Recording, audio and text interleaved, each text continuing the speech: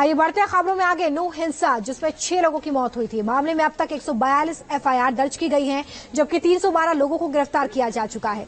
आज से सभी स्कूल कॉलेज खोलने के आदेश दे दिए गए हैं, लेकिन नूह जिले में अभी भी कई ऐसे गांव हैं जहां लोग रात दिन पहरा दे रहे हैं, घर बेचकर कहीं और बसना चाहते हैं। वजह है नूह की बदलती डेमोग्राफी, जिसकी वजह से वो अब खुद को सुरक्षित महसूस नहीं कर रहे। नूह के ऐसे ही एक गांव से न्यूज नेशन की एक खास रिपोर्ट आप देखिए।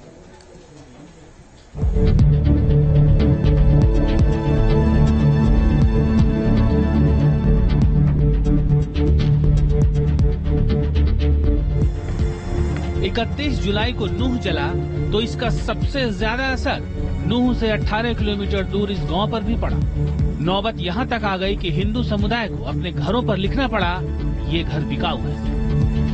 31 जुलाई दोपहर के 1 बजे नूह में हिंसा की शुरुआत होती है। शिव मंदिर को निशाना बनाया जाता है, लेकिन हिंसा पूरे की पूरे मेवात इलाके में थी। जिस गांव में हम मौजूद है, ये नूह से जहां हिंसा की शुरुआत हुई वहां से 18 किलोमीटर दूर है। हिंसा को हुए 11 दिन बीत चुके हैं। पैरामिलिट्री फोर्सेस यहाँ पे मौजूद है। आरएफएफ लगातार काम कर रही है, लेकिन आरएफ के होने के बावजूद क्या स्थिति है? रात के इस पहर में जब आमतौर पर ग्रामीण सो जाते हैं, उस वक्त में भी ग्रामीण यहाँ पर मौजूद हैं, जाग रहे हैं, पहरा दे रहे हैं। और गांव में क्या लिखा हुआ है ये देख लीजिए। ये घर बिकाऊ है, हिंदू पलायन, और साथ में भादस यानी गांव का नाम। और भादस की अगर ये लोग हम नूह से अलवर की तरफ लगभग 18 किलोमीटर आगे आ गए हैं। मध्य रात्रि होने को चली है, लेकिन फिर भी ग्रामीण सो नहीं रहे। रात के समय पुरुष पहरा दे रहे हैं, जाग रहे हैं, और डर है कि कहीं हमला ना हो जाए। महिलाओं की बात करें तो वो भी जाग रही हैं। किस तरह का डर है? क्योंकि इस डर के पीछे की वजह यह है कि इस गांव के एक युवा की मौत हो चुकी है, और लोगों में डर है कि दोबारा से बदला लिया जा सकता है, दोबारा से हमला हो सकता है, इसलिए पलायन की नौबत आई। नूह दंगे के दौरान इस गांव का एक युवक भी भेंट चढ़ गया, लिहाजा अब इस गांव के लोगों में अपनी सुरक्षा को लेकर खौफ है। खौफ भी इस कदर कि आधी रात को भी आंखों से नींद गायब हो चुकी है। क्या नाम है आपका? सुखवीर। सुखवीर भाई, आपके क्या भाई की मृत्यु हुई थी? क्या हुआ था? हाँ, मौत हुई थी। मॉब लिंचिंग यानी कि हत्या भीड़ तंत्र द्वारा। तो लेकिन आपका गांव तो 18 किलोमीटर दूर है नूह से, शहर से, फिर कैसे? क्योंकि हिंसा तो वहीं देखने को मिली थी। क्योंकि सोची समझी चाल थी। ये आपका ही घर है क्या? जी। तो यहाँ पे क्यों लिखा हुआ है ये घर बिकाऊ है, यहाँ हिंदू पलायन कर रहे हैं, क्या वजह? क्योंकि हम तो यहाँ रुकने के लिए तैयार हैं, लेकिन बच्चे तैयार नहीं हैं। बच्चे ये कह रहे हैं कि जहाँ कल जाओ वहाँ आज जाएंगे। अपने बाहर डर है, भय, डर है। और महिलाएं भी जाग रही है। इतने बजे तो आमतौर पे सो जाया करते हैं ग्रामीण। रात जगेंगी, हाँ पूरी रात जगेंगी। दिन में सोएंगे 1 घंटा या 2 घंटा बस। वजह डर है। अगर किसी महिला से भी हम बात करने की कोशिश करें, किस तरह का डर है आपको? किस तरह का डर है? भैया, हमें इस तरह का डर है कि जैसे हमारे भैया मार दिया गया है, कहीं हमको भी, हमारे बच्चों को भी ऐसे नहीं मार दिया जाए, इस तरह का डर है। पर यहाँ तो पैरामिलिट्री है, पुलिस है, अर्धसैनिक बल है, सरकारी अमला है, सब कुछ है। हमारा जो है कि जंगल में घर है, अगर मिलिट्री पुलिस वगैरह होती तो ये हादसा न होता। तो यहाँ पर आसपास क्या सारे मुस्लिम गांव हैं आसपास आपके? हाँ, आसपास सब मुस्लिम गांव हैं। इस गांव के लोगों की जिंदगी पहरे में गुजर रही है। डर इस बात का है कि दंगाई कहीं फिर से इन पर हमला न कर दे। औरतों और बच्चों की फिक्र लोगों को हमेशा लगी रहती है। बाबा, पूरी रात जागोगे क्या? हाँ जी, सुबह ही सोऊंगा। सुबह सोओगे? हाँ। तो क्या उसके बाद भी 31 तारीख के बाद यहाँ पे दंगाई आए? किस बात का डर है? ये कोई रात बिरात को कोई कर अब जाओ है। तो यहाँ पे इस तरह की दहशत रहती है? हाँ, दहशत रहती है। और देखिए, बच्चे भी हैं और सब लोग यहाँ पर इसी तरीके से जाग रहे हैं। बेटा, दिन में सोओगे अब आप? जी। तो पूरी रात ऐसी जागोगे, नींद नहीं आएगी? दिन में करते हो? दिन में करते हैं जी। दिन में पढ़ाई करते हो और रात को जागते हो? तो सोते कब हो? शाम से सो जाते हैं जी। शाम को सो जाते हो। लिहाजा लोगों ने अब इस गांव से पलायन करने का मन बना लिया है, इसलिए हर घर पर लिख दिया है ये घर बिकाऊ है, भले ही उन्हें अपना पुश्तैनी घर, गांव और जमीन क्यों न छोड़नी पड़े। ये तो मिनी पाकिस्तान बन गया है जी। जैसे पाकिस्तान में हिंदू जो है कि डर डर के रहते हैं, वही हिसाब मेवात का है जी। आसपास के आपका ये अकेला क्या हिंदू गांव है आसपास के पूरे इलाके में? हाँ, हिंदू यहाँ 10% रहते हैं। वो मेन जो बड़े बड़े गांव हैं उनमें, जो छोटे मोटे गांव उनमें से तो प्लान कर चुके हैं। तो आपके इस गांव के अंदर कितने % हिंदू बचे हैं?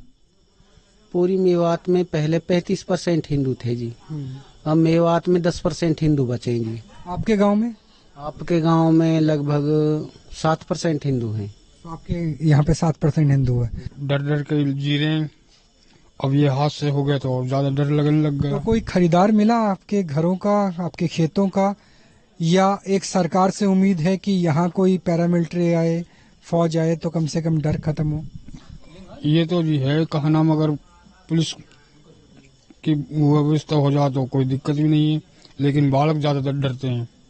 बच्चे डरे हुए? बच्चे डरते हैं, घरवाली डरती हैं। हिंदू समुदाय खौफ और दहशत के दोहरे अटैक से इस कदर जूझ रहा है कि इस गांव की 2 महिलाएं सदमे में आ चुकी हैं। नतीजा उन्हें अस्पताल ले जाने की नौबत आ गई, लेकिन खतरे को देखते हुए गांव वाले उन्हें यहीं पर रखकर इलाज करा रहे हैं। अंदर आप देख सकते हैं कि ग्लूकोज की बोतल लगी हुई है और महिलाएं, क्या हुआ, मतलब दहशत है? दहशत है जी इनके। क्या नाम है इन दोनों का? इनका बहुत, एक तो मेरी बहन है जी, एक घरवाली है जी। क्या नाम है दोनों का?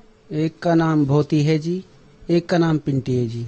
तो किस बात का डर है इनको? यही बात का डर है कभी हमको और कोई ना मार जाए यहाँ पे। सोचिए, ये 21वीं सदी का हिंदुस्तान है जहाँ से दिल्ली की दूरी 100 किलोमीटर से भी कम है। रात का समय है, घर पे लिखा हुआ है कि घर बिकाऊ है, हिंदू पलायन कर रहे हैं, तबीयत खराब है, दहशत इतनी कि ग्लूकोज चढ़ाना पड़ रहा है और ग्लूकोज की शीशी यहाँ लगी हुई है। सोचिए, रात के समय आप बाहर निकल नहीं सकते और पूरी रात इसी तरीके से जाग के बितानी पड़ रही है। तो ये है नूह का हाल, ये है मेवात का मातम, और ये स्थिति तब है जब पैरामिलिट्री है। नूह के भादोस गांव में ये हालात तब हैं जब दंगे के बाद पैरामिलिट्री फोर्स के साथ साथ आर्मी भी डिप्लॉय है, लेकिन लोग काफी डरे हुए हैं, खुद ही गांव की हिफाजत में जुटे हैं, बारी बारी से रात भर जागते हैं, गांव की हिफाजत करने में जुटे रहते हैं। इस तरीके से यहाँ पर रात के वक्त पहरेदारी की जाती है। ज्वार के खेत हैं और इस खेत से लगभग आधे किलोमीटर दूर तक दूसरा कोई गांव नहीं है। और सबसे बड़ा डर इसी बात का है कि रात के वक्त इन खेतों के जरिए, इन खेतों की ओट लेकर कोई हमलावर ना आ जाए, कोई दंगाई ना आ जाए। तो ये देखिए कि भले ही राजनीति की जब हम बात करते हैं तब कास्ट में डिवाइड होते हैं, लेकिन यहाँ पर सर्वाइवलिटी का सवाल है, यहाँ पर जाति का सवाल नहीं है, यहाँ पर सुरक्षा का सवाल है। तो यहाँ पर कितनी जातियों के लोग रहते हैं और क्या यहाँ पे सब एक होकर रहते हैं, एक हिंदू के तरफ? हाँ, हिंदू सारे एक होकर रहते हैं जी। कितनी जातियों के लोग रहते हैं, कौन कौन सी जाति? यहाँ सैनी हैं, भगत जी हैं, कोली हैं, वाल्मीकि जी हैं और अपने लाला हैं, जैन साहब हैं। तो क्या आपने बारी बांट रखी है कि आज आप ड्यूटी करेंगे, कल कोई और चौकीदारी करेगा? हाँ, ऐसे ही जी, अब के भाई 13 नंबर है, अब के 13 नंबर है, सब यहाँ रात को पहरा देते हैं। तो हमने देखा था नूह के दंगों में कि हथियार का इस्तेमाल भी होता है, तो यहाँ पे तो आपके पास सेल्फ डिफेंस के लिए सिर्फ एक डंडा है, लाठी है, इससे कितनी सुरक्षा कर पाएंगे? बस लाठी से ऐसे जी, कोई थोड़ा बहुत तो करेंगे ही लाठी से भी, अगर हथियार होते तो कोई दिक्कत ही नहीं आती। उम्मीद करते हैं कि पुलिस यहाँ पर कोई चौकी खुले ताकि आप ज्यादा सुरक्षित समझ पाए? नहीं, पुलिस चौकी से तो यहाँ का काम नहीं चलेगा जी, यहाँ तो आर्मी जो है कि खुलनी चाहिए जी मेवात के अंदर एक बड़ी जो है। पुलिस की क्या नहीं मानते दंगा? पुलिस को तो यहाँ के लोग जो है कि भगा भगा के मारते हैं, पुलिस से तो गिर पत्थरों से मारते हैं पुलिस को। तो ये तो जो हमारे आर्मी भाई, हमारे फौजी भाई हैं, उनके ही काबू आएंगे। ये रात भर पहरेदारी करना कितना मुश्किल है?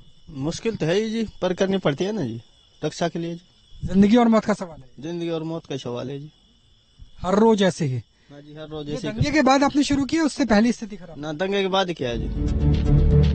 नूह में अकेला भादोस ही ऐसा गांव नहीं है जो दंगे के बाद खौफ के साए से गुजर रहा है। कई और भी गांव हैं जहां उन्हें अपनी हिफाजत को लेकर चिंता है। उम्मीद है कि ये वक्त भी गुजर जाएगा और एक बार फिर जिंदगी पटरी पर होगी।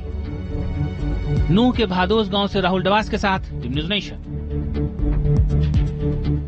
फिलहाल एक बहुत छोटी सी ब्रेक के लिए यहाँ पर